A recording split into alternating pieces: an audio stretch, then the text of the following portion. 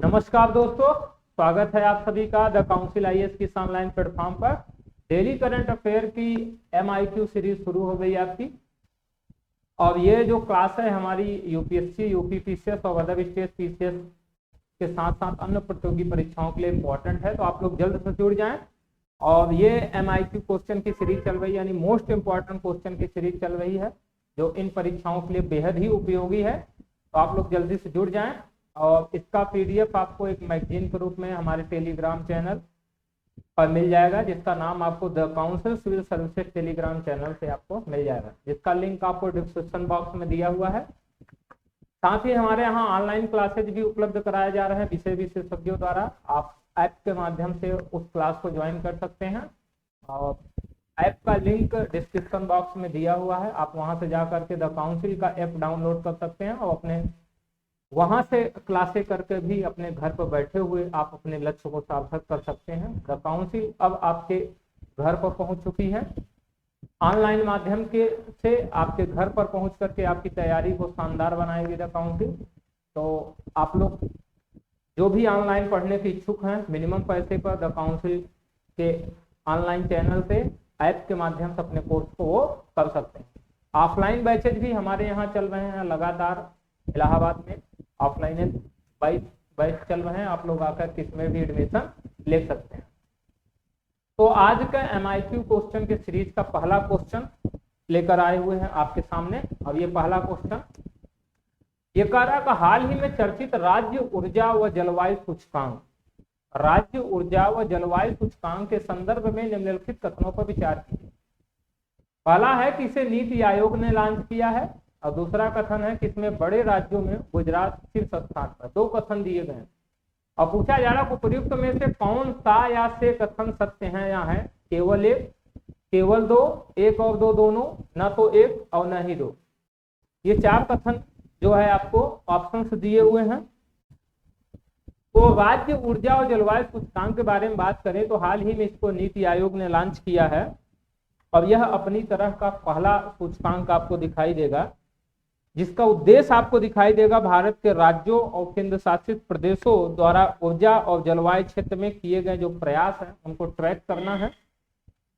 और इसमें देखेंगे 6 सूचकांक, ये जो सूचकांक हुआ उसके 6 मापदंड के आधार पर इसको जारी किया गया है, राज्य ऊर्जा व जलवायु सूचकांक। अब वो 6 मापदंड में पहला मापदंड है पहुंच सामर्थ्य और ऊर्जा के विश्वसनीयता। दूसरा मापदंड है डिस्कॉम यानी विद्युत वितरण कंपनियों का जो प्रदर्शन है। तीसरा है ऊर्जा दक्षता। चौथा है स्वच्छ ऊर्जा पहल, और पांचवा है नई पहल, और छठवां है पर्यावरणीय स्थिरता। ये 6 मानदंडों पर ये राज्य ऊर्जा और जलवायु सूचकांक नीति आयोग द्वारा जारी किया गया। और इस सूचकांक में बड़े राज्यों में आप देखेंगे शीर्ष स्थान पर गुजरात है। बड़े राज्यों में कौन से है? गुजरात है। गुजरात के बाद आपको देखेंगे केरल और पंजाब का स्थान आता है। वहीं छोटे राज्यों में अगर सिर्फ 3 राज्यों की बात करें तो गोवा, त्रिपुरा और मणिपुर दिखाई देगा। और केंद्र शासित प्रदेशों में देखिए 3 क्षेत्र, तो चंडीगढ़, दिल्ली, दमन और दीव, दादरा नगर और हवेली, ये आपको दिखाई देंगे केंद्र शासित प्रदेशों में 3 टॉप है। तो चूंकि ये नीति आयोग द्वारा लॉन्च किया गया और इसमें बड़े राज्यों में गुजरात शीर्ष स्थान पर, तो ये दोनों हमारे कथन सत्य हैं। इसका सही उत्तर हो जाएगा सी, यानी 1 और 2 दोनों कथन हमारे सत्य हैं। चलिए इसके बारे में कुछ और जानकारी लेते हैं। देखिए नीति आयोग ने राज्य ऊर्जा व जलवायु सूचकांक लॉन्च किया, और अपनी तरह का पहला सूचकांक है जिसका उद्देश्य भारत के राज्यों और केंद्र शासित प्रदेशों द्वारा ऊर्जा और जलवायु क्षेत्रों में किए गए प्रयासों को ट्रैक करना है। और सूचकांक द्वारा 6 मापदंडों का उपयोग हुआ है, जो है पहुंच सामर्थ्य और ऊर्जा की विश्वसनीयता। दूसरा है डिस्कॉम, जैसा कि मैंने आपको बताया वितरण कंपनियों का प्रदर्शन। तीसरा ऊर्जा दक्षता, चौथा स्वच्छ ऊर्जा पहल, पांचवा नई पहल, और छठवां है पर्यावरण स्थिरता। फिर इसमें तथ्य दिए गए हैं कि बड़े राज्यों में सिर्फ 3 राज्य कौन कौन से हैं? गुजरात, केरल, पंजाब। ये बड़े राज्यों में 3 राज्य शीर्ष पर है। छोटे राज्यों में सिर्फ 3 राज्य आप देखेंगे, गोवा, त्रिपुरा और मणिपुर दिखाई देगा। वहीं केंद्र शासित प्रदेशों में सिर्फ 3 क्षेत्र देखेंगे, तो चंडीगढ़ फर्स्ट पे है, सेकंड पे दिल्ली, उसके बाद दमन और दीव, दादरा और नगर हवेली का हाल है। वहीं मध्य प्रदेश, छत्तीसगढ़ और झारखंड जैसे राज्यों को इस सूचकांक में सबसे नीचे रखा गया है। ये भी आपको ध्यान रखना है। एक बहुत ही इंपॉर्टेंट क्वेश्चन है, इसमें इस बार संभावित है क्वेश्चन आने के, तो इसको आप लोग ध्यान रखिएगा। पढ़ते हैं नेक्स्ट क्वेश्चन की तरफ। सेकंड नंबर क्वेश्चन कर रहा है विश्व बैंक के अनुसार दैनिक व्यय सीमा क्या है। विश्व बैंक के अनुसार दैनिक व्यय सीमा क्या है जिसके नीचे एक व्यक्ति को अत्यधिक गरीबी में वर्गीकृत किया गया। विश्व बैंक के अनुसार ये पूछ रहा है कि दैनिक व्यय सीमा एक व्यक्ति की कितनी है जिसके नीचे एक व्यक्ति को अत्यधिक गरीबी में वर्गीकृत किया गया। ऑप्शन है 1.50 डॉलर, 1.90 डॉलर, मतलब $2 और 2.90 डॉलर। ये ऑप्शन दिखाए थे। तो आपको बता दें कि हाल ही में विश्व बैंक ने ये घोषणा किया है, उसके अनुसार इसने बात आई है कि अत्यधिक गरीबी में उसको रखा जाएगा जो लोग 1.90 डॉलर रुपए से कम खर्च करते हैं, ये मापा जाएगा। तो आप देखेंगे एक व्यक्ति जो 1.90 डॉलर 90 डॉलर से कम रुपए, मतलब डॉलर में कम आपको दिखता है तो रहने वाले लोगों को संदर्भ में इसको मापा दिया है। यानी अगर पर डे आप 1.90 डॉलर आपके पास पैसे हैं तो आपको गरीब नहीं माना जाएगा। गरीब तब माना जाएगा, अत्यधिक गरीब, जो 1.90 डॉलर आपके पास पर डे उससे भी कम आपके पास आ रहा है, तब आपको गरीब माना जाएगा। ऐसा विश्व बैंक बोल रहा है। तो 1.90 डॉलर अगर आप देखेंगे तो रुपए में देखेंगे 145 रुपए आ रहा है, लगभग 145। तो विश्व बैंक के अनुसार अत्यधिक गरीबी को 1.90 डॉलर प्रतिदिन यानी लगभग 145 रुपए से कम पर रहने वाले लोगों की संख्या के संदर्भ में मापा जाता है। अब अगर इसके अनुसार देखें कि 145 रुपए कोई व्यक्ति पर डे प्रतिदिन उससे कम उसके पास आ रहा है तो अत्यधिक गरीब में माना जाएगा। 145 रुपए और डॉलर कितना, 1.90 डॉलर। इस अनुसार अगर देखा जाए तो विश्व बैंक कहता है कि 2011 में 22.5% लोग गरीब थे। इस मतलब अनुमान के मुताबिक 1.90 डॉलर के प्रतिदिन के अनुमान के मुताबिक कितने परसेंट 2011 में थे, 22.5%। और फिर आप देखेंगे 2019 में कोरोना से पहले तक की रिपोर्ट उसने दिया है, वहां देखेंगे 10.2% हो गए गरीबी रेखा, जो अत्यधिक गरीबी में है। तो आपको दिख रहा है 2011 से 2019 के बीच में गरीबी में कमी दिखाई दे रही है इस विश्व बैंक के अनुसार। और अगर जो व्यक्ति 1.90 डॉलर प्रतिदिन उससे कम रखता है तो वही गरीब माना जाएगा, उसके ऊपर वाले गरीब की श्रेणी में आएंगे नहीं। इस तरह से एक आपको दिख रहा है कि 10.2% वर्तमान में 2019 में गरीब लोगों की संख्या दिख रही है विश्व बैंक के अनुसार। इसकी सीमा कितनी है, 1.90 डॉलर। तो वो भी सही इसका उत्तर होगा। देखिए आप इसमें विश्व बैंक के अनुसार अत्यधिक गरीबी को 1.90 डॉलर प्रतिदिन लगभग 145 रुपए से कम पर रहने वाले लोगों की संख्या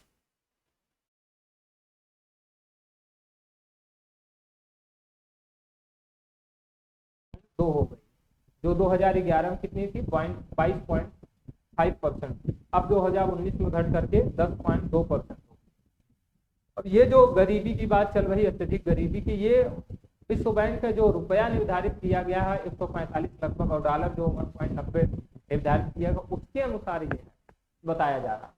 तो बहुत ही इंपॉर्टेंट क्वेश्चन है, इस बात की संभावना इसमें दिखाई दे रही है, इसलिए आप उसको ध्यान रखिए।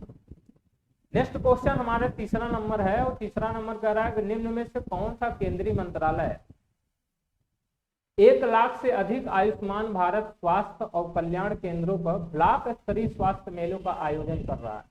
कौन सा केंद्रीय मंत्रालय ऐसा पूछ रहा है कि 1 लाख से अधिक आयुष्मान भारत स्वास्थ्य और कल्याण केंद्रों पर ब्लॉक स्तरीय स्वास्थ्य मेलों का आयोजन कर रहा है। स्वास्थ्य मंत्रालय, वित्त मंत्रालय, गृह मंत्रालय या इनमें से कोई नहीं। तो आपको बता दें कि स्वास्थ्य मंत्रालय जो है, केंद्रीय स्वास्थ्य मंत्रालय देश भर में 1 लाख से अधिक आयुष्मान भारत स्वास्थ्य और कल्याण केंद्रों पर ब्लॉक स्तरीय स्वास्थ्य मेलों का आयोजन कर रहा है। तो कौन कर रहा है, ये स्वास्थ्य मंत्रालय कर रहा है। और इसमें आप देखेंगे यह सभी राज्यों से मदद ले रहा है और केंद्र शासित प्रदेशों से, और कुछ मंत्रालय जो संबंधित है, जैसे आप देखेंगे महिला और बाल विकास, सूचना और प्रसारण, पंचायती राज, आयुष और शिक्षा के सहयोग से आयोजित किया जा रहा है। तो इन मंत्रालयों के सहयोग से स्वास्थ्य मंत्रालय जो है ब्लॉक स्तरीय स्वास्थ्य मेलों का आयोजन कर रहा है। साथ साथ कुछ राज्य भी मदद कर रहे हैं और केंद्र शासित प्रदेश भी कर रहे हैं। इसका सही उत्तर जो हो जाएगा ए हो जाएगा, यानी स्वास्थ्य मंत्रालय।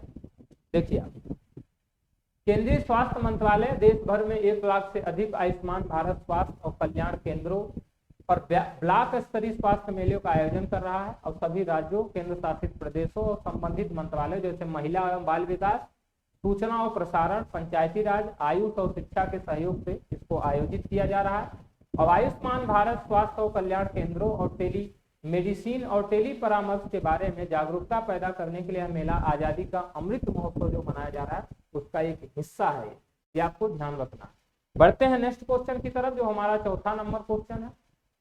चौथा नंबर क्वेश्चन कर रहा है कि हाल ही में किस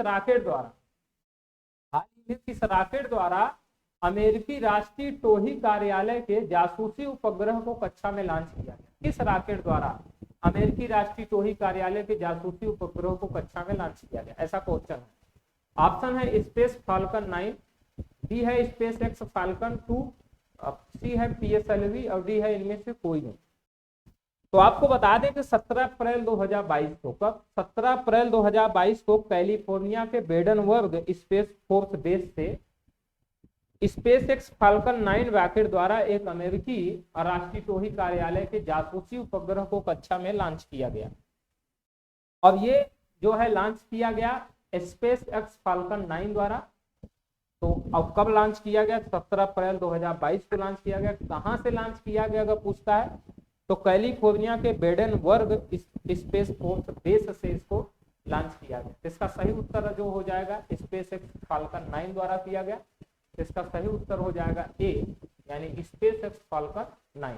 देखिए आप, तो 17 अप्रैल 2022 को कैलिफोर्निया के बेडनवर्ग स्पेस फोर्स बेस से स्पेस एक्स फाल्कन 9 रॉकेट द्वारा एक अमेरिकी राष्ट्रीय टोही कार्यालय यानी NRO के जासूसी उपग्रह को कक्षा में लॉन्च किया गया। NROL 85 नामक उपग्रह इस वर्ष एजेंसी का दूसरा मिशन है। इसका नाम क्या रखा गया है?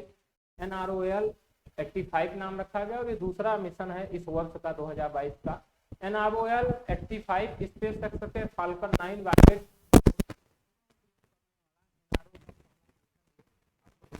बहुत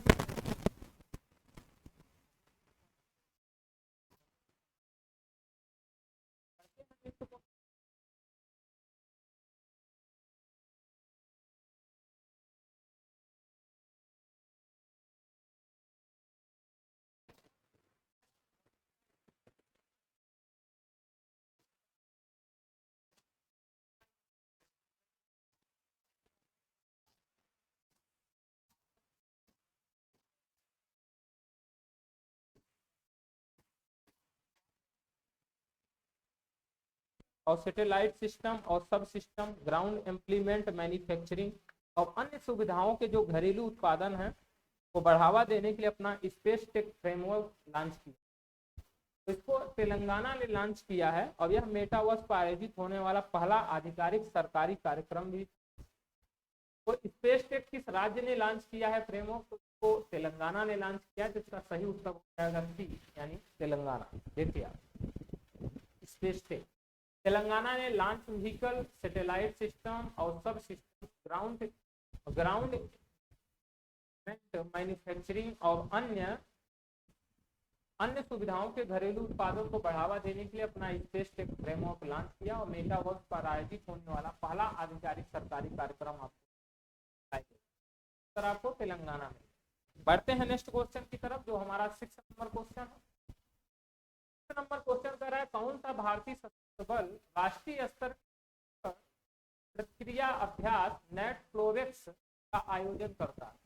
कौन सा भारतीय सशस्त्र बल राष्ट्रीय स्तर के प्रदूषण प्रतिक्रिया अभ्यास नेट फ्लोवेक्स का आयोजन करता है? ऑप्शन है भारतीय वायुसेना, भारतीय तटरक्षक बल, सी है CRPF और डी है इनमें से कोई। तो आपको बता दें राष्ट्रीय स्तर का प्रदूषण अभ्यास तो नेट फ्लोवेक्स है, इसका आयोजन गोवा में मुर्मुआगो बंदरगाह से भारतीय तटरक्षक बल द्वारा आयोजित, भारतीय तटरक्षक बल द्वारा इसको गोवा में आयोजित किया जा रहा है। तो पूछ तो गोवा में के द्वारा हो रहा है, तो भारतीय तटरक्षक बल द्वारा हो रहा है। किस बंदरगाह पर हो रहा है? तो मुगाओ बंदरगाह से इसका आयोजन हो रहा है। तो इसमें सही उत्तर आपको क्या दिख जाएगा? बी दिख जाएगा, भारतीय तटरक्षक बल द्वारा नेट फ्लोवेक्स का आयोजन किया जा रहा है। सही उत्तर ये आपको दिखाई देगा। देखिए इसके बारे में थोड़ा सा, राष्ट्रीय स्तर का प्रदूषण प्रक्रिया अभ्यास नॉर्थ क्लोवेक्स गोवा में मुगाओ बंदरगाह से भारतीय तटरक्षक बल द्वारा आयोजित केंद्रीय रक्षा सचिव अजय कुमार ने 2 दिवसीय समुद्री स्टील क्लोवेक्स का उद्घाटन किया और आयोजन में 22 मित्र देशों अंतर्राष्ट्रीय संगठनों के पर्यवेक्षक और श्रीलंका और बांग्लादेश सहित 50 जन।